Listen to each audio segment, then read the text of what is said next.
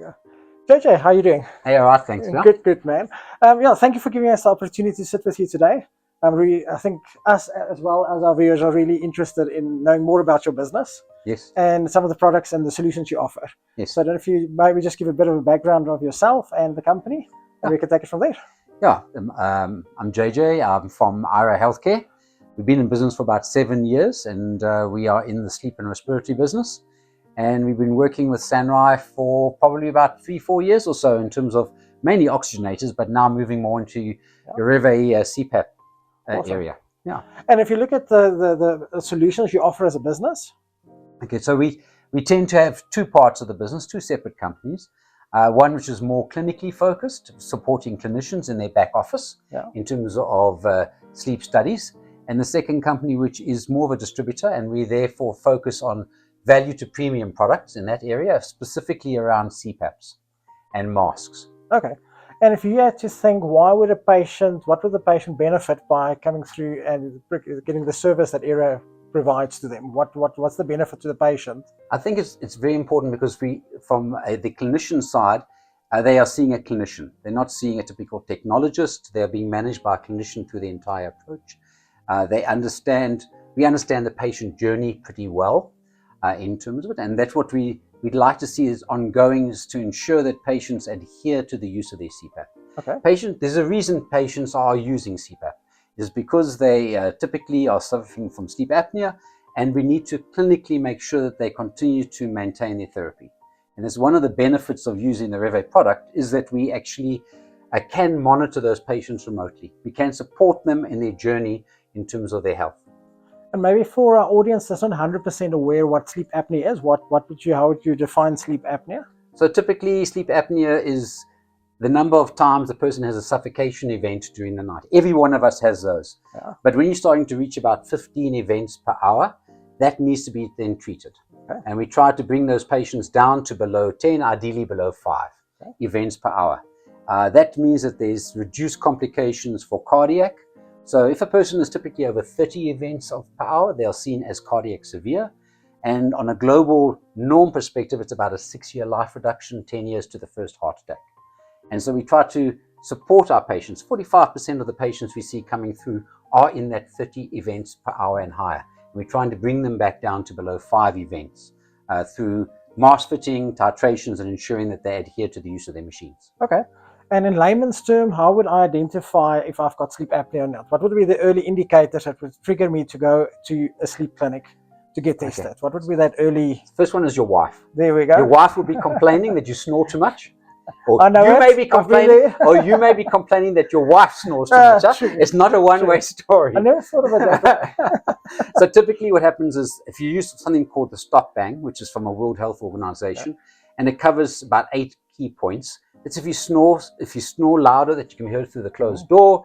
If you, as a man, it's an indicator. If you're over 50, if you're wearing an extra large shirt, if you have a BMI of over 35, for example, if you have high blood pressure, if you have 4 or 5 of those as a man, 80% probability you have sleep apnea that needs to be treated.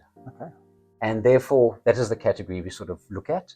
So if you take it off and if you take off your wife as an example, if she has high blood pressure, if she snores, double chin, then she falls within that category. Sorry, no questioning there. Interesting enough, if you're diabetic, in South Africa we have a high obesity level, high level of diabetes in the country. If you are a woman and you have diabetic 2, 50% probability that you have sleep apnea. So we need to take that into account when we're seeing our patients coming through. Okay, great. I think that's a good background. I think we also want to understand when looking at advice. Yes. It's a scary thing. Putting a mask on your face, sleeping with it at night, the uncomfortable ability of it. So what would you say a patient should look at from a comfort factor? I think you've mentioned a few times a mask is really important and the fit. So maybe take us through that, and then we can maybe get into the device, what a patient should be looking out for when selecting the appropriate device to use. So typically our clinicians expect their patients to do a titration over 3 nights. The norm in South Africa is 1 night. And the reason for the 3 nights is the clinicians believe that it's a change of life for the patient. So the objective is to make sure that the objective in the long term is to make sure they adhere to the use of the CPAP. And what part of it is about the mask. It's moving away from the traditional full face mask, where you may have a mask that covers the entire face, a head support as well, to a mask that sits under the nose, covering just the nose and potentially just the mouth. And that we've seen has made a huge difference in terms of acceptance by our patients. 50% of our patients that we see coming through to buy CPAPs use undernasal masks.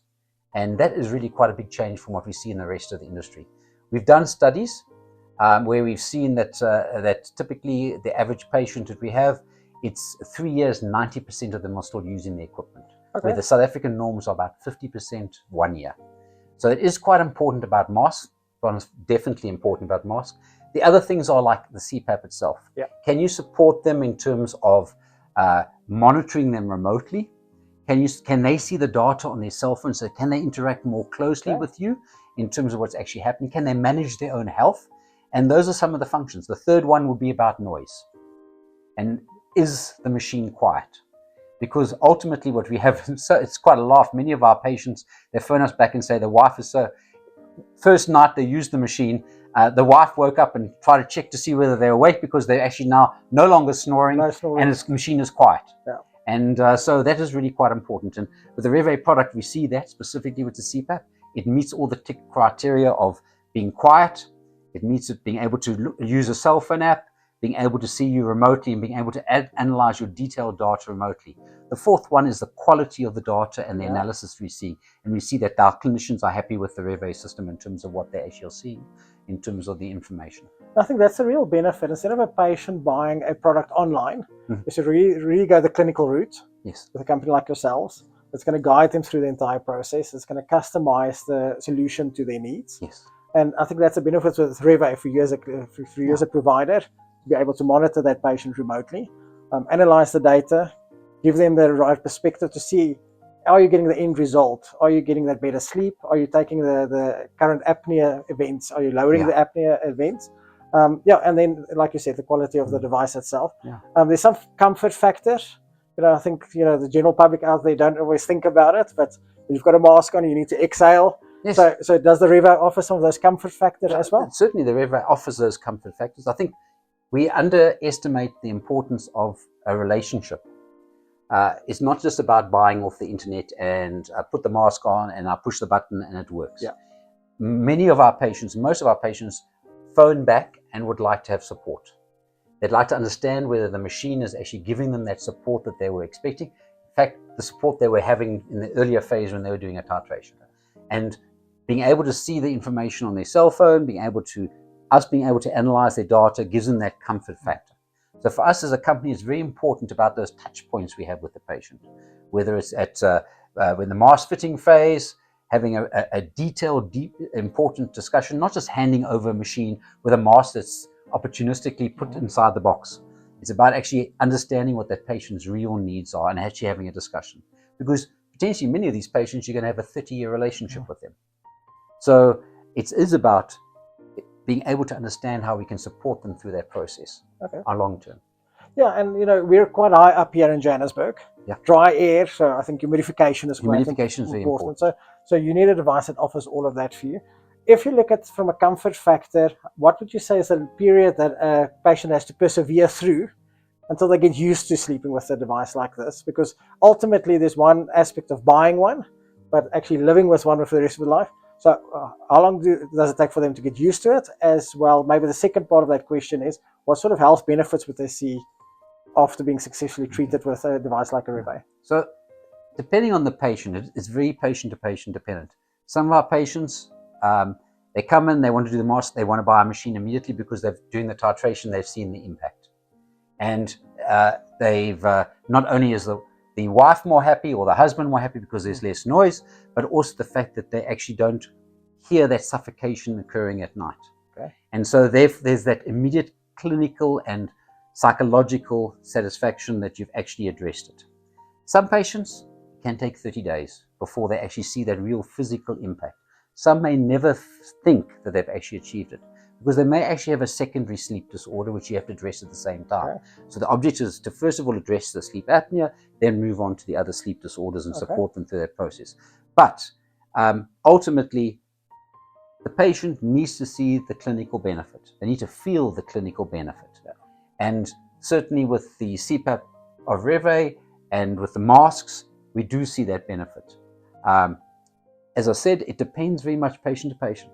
Sometimes it's instantaneous, sometimes it takes a little bit of time, but overall, the objective is to, from our side, to make sure that our touch points with the patient, that we phone them back afterwards, 1 week later, after they've started using their CPAP, 6 months, 1 year, keep on coming back to them, supporting them if they have an issue.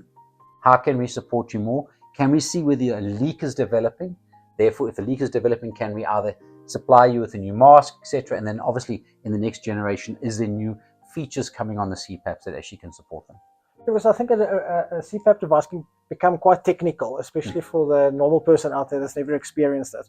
I think that's a benefit you and your team provide, is to simplify all those features and benefits, do the titration, set it up for the patient so they take a package home that they can comfortably live with, without necessarily them knowing all the technical detail of the background, but you know the device is doing its job. Yeah, so from the machines that we are using, and in your machine specifically, we do see that the machines are automatic. So in other words, when you inhale, the machines will come on. If you take the mask off, the machines will stop. So for that late night bathroom trip, the machine will stop and wait for you. There are ways to actually train them in terms of how you can emergency decouple your mask from the system, but it's about those little tricks that they actually can learn to actually make it part of their life. You know, and so we try to actually support them through that process, and going. It really is about understanding the needs of the patient at each time of their life journey, and I think with your experience, you can identify those needs. We do. We do that, and that's our objective as a company, is to make sure that we have a long-term relationship, and the Reve product allows us to do that. It allows our clinicians to see their patients remotely. It allows us to support them through that journey that they're going on. And ultimately, from us as a manufacturer, we want to improve quality of life. We thank you that you're partnering with us and helping our patients have a better quality of life. So thank you for your time, and really appreciate your support. Thank you very much. Thank you. Thanks. Good.